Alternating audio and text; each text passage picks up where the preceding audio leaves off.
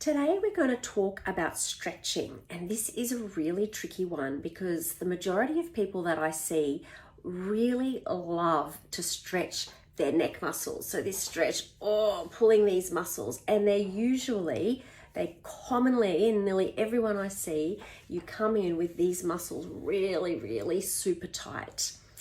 But it's not always the answer. So there are certainly some muscles that respond really beautifully to stretching, and it really helps our posture, and the pec muscles are a really great example of that. So doing the stretch where you're coming through the doorway with your arms outstretched and just holding that position for 20 seconds, lovely way to open up the front of the chest. So we often prescribe stretching exercises, but I really do hesitate to get people stretching out their neck muscles in this kind of a stretch, certainly as a first exercise. Because what often happens is these muscles in our neck are tight because they're trying to protect our spine. So often what we see is this forward chin posture, which you'll hear me talk about a lot because it's got a really huge implication in people with headache and migraine. And when we're in this position, our spine gets compressed and our brain gets the message that our nerves and everything are squashed and unhappy and they need help. And the only way our body can respond to help is by kind of locking the area down. And it does that by spasming up these muscles.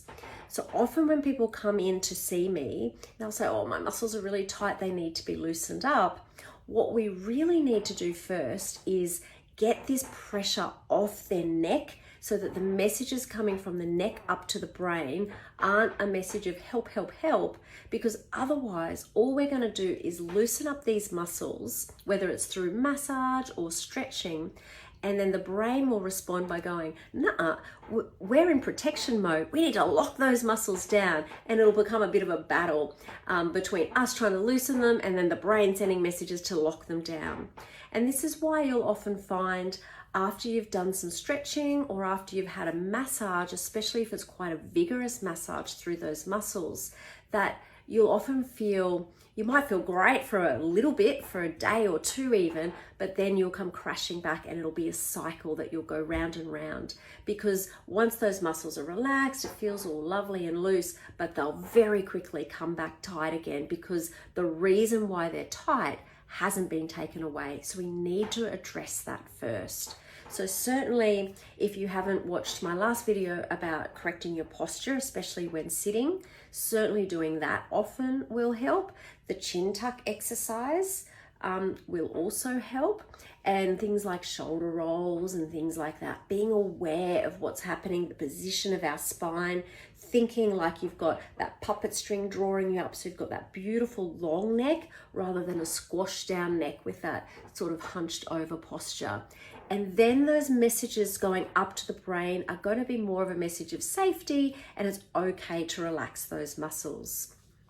The other thing to be aware of is often a weak muscle becomes tight.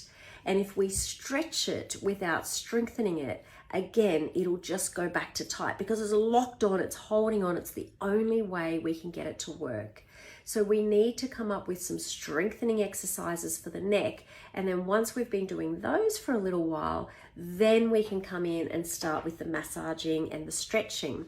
But certainly these type of neck stretches, although there's a place for them, it's not the first thing that you should be doing. So just keeping that in mind when you're stretching, and especially if you stretch and it feels good for a little bit, but then it comes back quite quickly.